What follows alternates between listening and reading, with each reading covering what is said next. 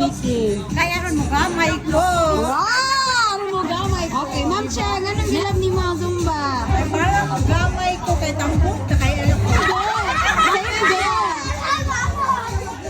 Gano love ni mo ang Zumba? Yes, nga no, why? Why? Because when somebody hit me, then you love Zumba. Body eye? Ngano love na mo ang Zumba? Because Zumba makes us beautiful! Ano love na ko ang Zumba? Because ereng nagakos. Nganong love ni mo ang Zumba? Because makapawala sa stress o paligon sa tod. Sa akong ako. Hello everybody, I'm Dr. Katipon from San Fran. I have been doing Zumba for more than 10 years.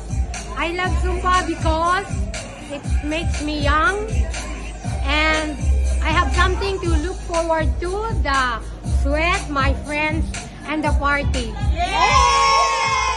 Nganong love di mo ang Zumba? Love na ko ang Zumba kay diri na ko na feel ang ako ang happiness with murag.